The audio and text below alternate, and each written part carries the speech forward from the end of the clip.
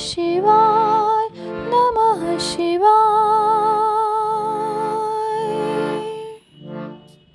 सती का योगाग्नि से अपने शरीर को भस्म कर देना, दर्शकों का हाहाकार, शिव पार्षदों का प्राण त्याग तथा दक्ष पर आक्रमण, ऋभुओं द्वारा उनका भगाया जाना तथा देवताओं की चिंता। ब्रह्मा जी कहते हैं, नारद, मौन हुई सती देवी अपने पति का सादर स्मरण करके शांत चित्त हो सहसा उत्तर दिशा में भूमि पर बैठ गईं।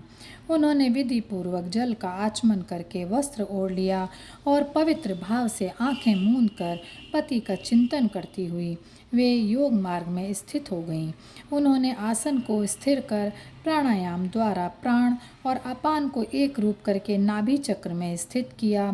फिर उदान वायु को बलपूर्वक नाभि चक्र से ऊपर उठाकर बुद्धि के साथ हृदय में स्थापित किया। तत्पश्चात शंकर की प्राण वल्लभा अनिंदिता सती उस हृदय स्थित वायु को कंठ मार्ग से भ्रकुटियों के बीच में ले गईं। इस प्रकार दक्ष पर कुपित हो सहसा अपने शरीर को त्यागने की इच्छा से सती ने अपने संपूर्ण अंगों में योग मार्ग के अनुसार वायु और अग्नि की धारणा की। तदनंतर अपने पति के चरणार बिंदों का चिंतन करती हुई सती ने अन्य सब वस्तुओं का ध्यान भुला दिया। उनका चित्त योग मार्ग में स्थित हो गया था, इसलिए वहाँ उन्हें पति के चरणों के अतिरिक्त और कुछ नहीं दिखाई दिया। मुनिश्रेष्ठ, सती का निष्पाप शरीर तत्काल गिरा और उनकी इच्छा के अनुसार योगाग्नि से जलकर उसी क्षण भस्म हो गया। उस समय वहाँ आए हुए देवता आदि ने जब यह घटना देखी तब वे बड़े जोर से हाहाकार करने लगे। उनका वह महान, अद्भुत, विचित्र एवं भयंकर हाहाकार आकाश में और पृथ्वी तल पर सब ओर फैल गया। लोग कह रहे थे, हाय, महान देवता भगवान शंकर की परम प्रेयसी सती देवी ने किस दुष्ट के दुर्व्यवहार से कुपित हो अपने प्राण त्याग दिए। अहो, ब्रह्मा जी के पुत्र इस दक्ष की बड़ी भारी दुष्टता तो देखो। सारा चराचर जगत जिसकी संतान है उसी की पुत्री मनस्विनी सती देवी, जो सदा ही मान पाने के योग्य थी, उसके द्वारा ऐसी निरादत हुई कि वे प्राणों से ही हाथ धो बैठी।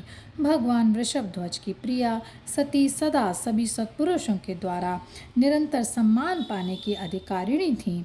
वास्तव में उसका हृदय बड़ा ही असहिष्णु है। वह प्रजापति दक्ष ब्राह्मण द्रोही है, इसीलिए सारे संसार में उसे महान अपयश प्राप्त होगा।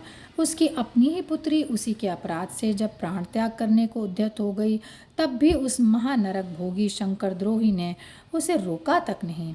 जिस समय सब लोग ऐसा कह रहे थे, उसी समय शिव जी के पार्षद सती का यह अद्भुत प्राण त्याग देख तुरंत ही क्रोधपूर्वक अस्त्र शस्त्र लेकर दक्ष को मारने के लिए उठ खड़े हुए।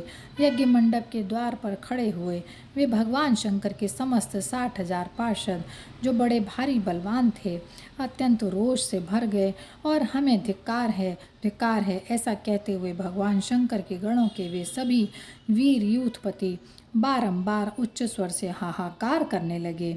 देवर्षि, कितने ही पार्षद तो वहाँ शोक से ऐसे व्याकुल हो गए कि वे अत्यंत तीखे प्राणनाशक शस्त्रों द्वारा अपने ही मस्तक और मुख आदि अंगों पर आघात करने लगे। इस प्रकार 20,000 पार्षद उस समय दक्ष कन्या सती के साथ ही नष्ट हो गए। यह एक अद्भुत सी बात हुई।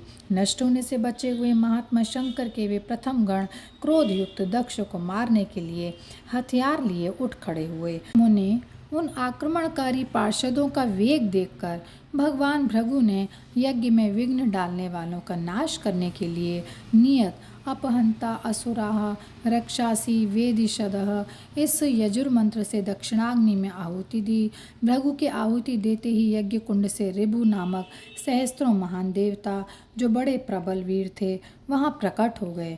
मुनीश्वर, उन सब के हाथ में जलती हुई लकड़ियाँ थीं। उनके साथ प्रथम गणों का अत्यंत विकट युद्ध हुआ, जो सुनने वालों के भी रोंगटे खड़े कर देने वाला था।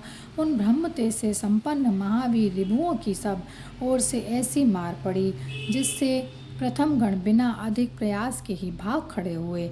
इस प्रकार उन देवताओं ने उन शिव गणों को तुरंत मार भगाया। यह अद्भुत सी घटना भगवान शिव की महाशक्तिमती इच्छा से ही हुई।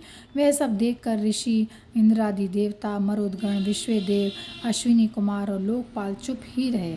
कोई सब ओर से आकर वहाँ भगवान विष्णु से प्रार्थना करते थे कि किसी तरह ये विघ्न टल जाए। वे उद्विग्न हो बारंबार विघ्न निवारण के लिए आपस में सलाह करने लगे।